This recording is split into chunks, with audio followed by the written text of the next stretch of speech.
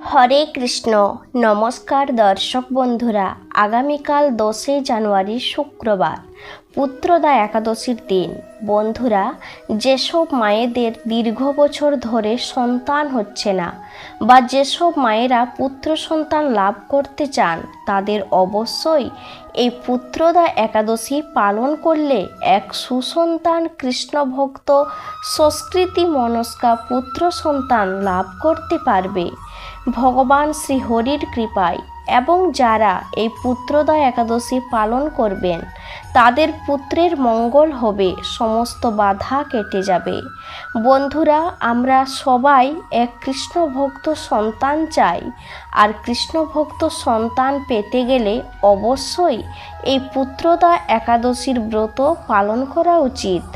ভগবান শ্রী হরি বিষ্ণুর পূজা করার পর এই সন্তান গোপাল মন্ত্রটি অবশ্যই জপ করতে হবে। মন্ত্রটি হলো দেবকী সুত গোবিন্দ বাসুদেব জগৎপতে দেহিম তনয়াম কৃষ্ণ তাম হাম শরণম গাথা। এই গোপাল মন্ত্রটি 108 বার জপ করতে হবে। একে বলা হয় গোপাল মন্ত্র, এবং এই মন্ত্রটি আপনাকে সন্তান লাভের সুখ দেবে।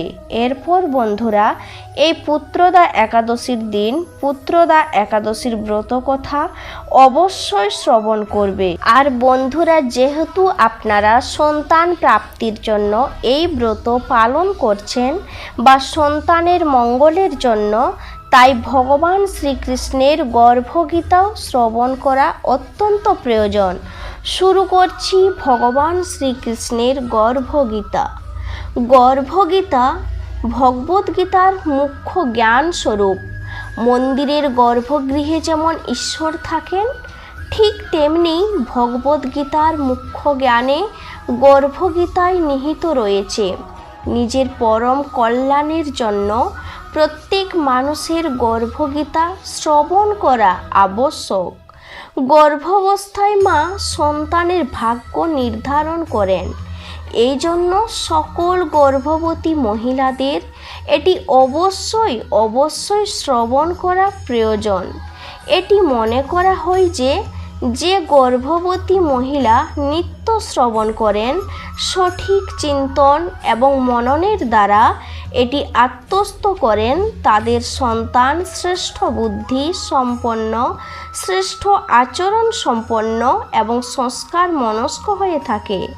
আসুন বন্ধুরা, আমার সঙ্গে এই মুখ্য গ্রন্থের পাঠ শ্রদ্ধার সঙ্গে আরম্ভ করি।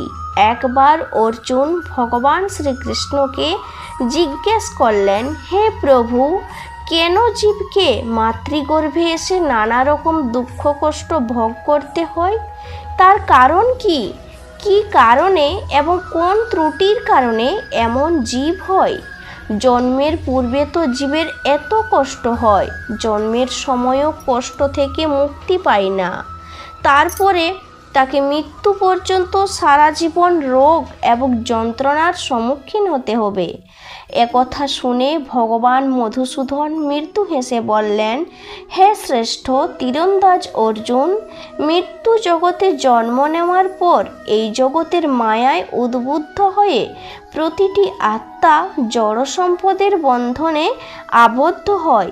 একমাত্র ভগবান লাভই তার মূল উদ্দেশ্য। এটা ভুলে গিয়ে সে সংসার, পুত্র, কন্যা, আত্মীয় স্বজন প্রভৃতির বন্ধনে আবদ্ধ থাকে।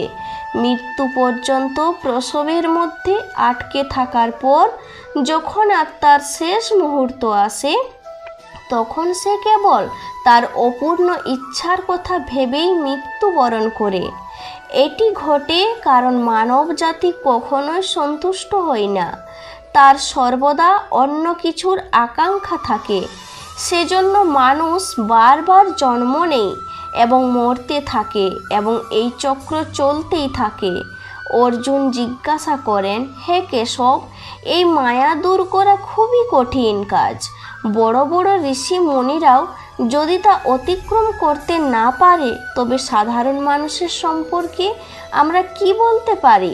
কাম, ক্রোধ, লোভ, আসক্তি এবং অহংকার, এই 5টি শত্রু যার সাথে মানুষ দিন রাত লড়াই করতে থাকে। দয়া করে বলুন, কিভাবে একজন সাধারণ মানুষ এসব থেকে মুক্তি পেয়ে তার মনকে ভগবানের ভক্তির দিকে ঘুরিয়ে দিতে পারে? কারণ এই মন একটি নেশাগ্রস্ত হাতির মতো, যা কখনো স্থির থাকে না। এর গতি বাতাসের গতির চেয়েও দ্রুত। মনরূপী এই বিশাল হাতিকে কিভাবে নিয়ন্ত্রণ করা যায়? শ্রীকৃষ্ণ বলছেন যে মনরূপী হাতি তথা মনের সারথিকে নিয়ন্ত্রণ করতে জ্ঞানরূপী হাতি আবশ্যক। ভক্তি ও জ্ঞান সাধনার মাধ্যমেই অর্জন করা সম্ভব। অহংকারের কারণে মানুষের জীবন নরকের মতো হয়ে যায়। তার মন সর্বদা বিচলিত থাকে এবং কখনো শান্ত থাকে না। অর্জুন জিজ্ঞেস করেন, কারো স্ত্রী অল্প বয়সে মারা যায় আর ছেলে বাবা থাকতেই মারা যায়, এর কারণ কি? শ্রীকৃষ্ণ বলেছেন, যে ব্যক্তি ঋণ নেই এবং তা শোধ করে না, শাস্তিস্বরূপ তার স্ত্রীর মৃত্যু হয়, এবং যে ব্যক্তি অন্যের সম্পদ নিয়ে তা ফিরিয়ে দেয় না, তার সন্তানেরা মারা যায়। এগুলো ভয়ানক পাপ। অর্জুন জিজ্ঞেস করেন, কী কারণে একজন মানুষ সারা জীবন অসুস্থ থাকে এবং কী কারণে সে পশু জগতে প্রস্থান করে? শ্রীকৃষ্ণ উত্তর দেন এবং বলেন, হে পার্থ, যে ব্যক্তি মেয়েদের ও মহিলাদের বিক্রির ব্যবসা করে সে ভয়ানক রোগে আক্রান্ত হয়, সে সর্বদা রোগে লিপ্ত থাকে।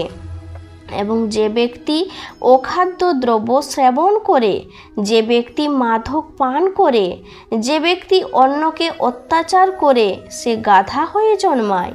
একইভাবে যারা মিথ্যা সাক্ষ্য দেয় তারা পরবর্তী জীবনে অভাগা নারী হয়।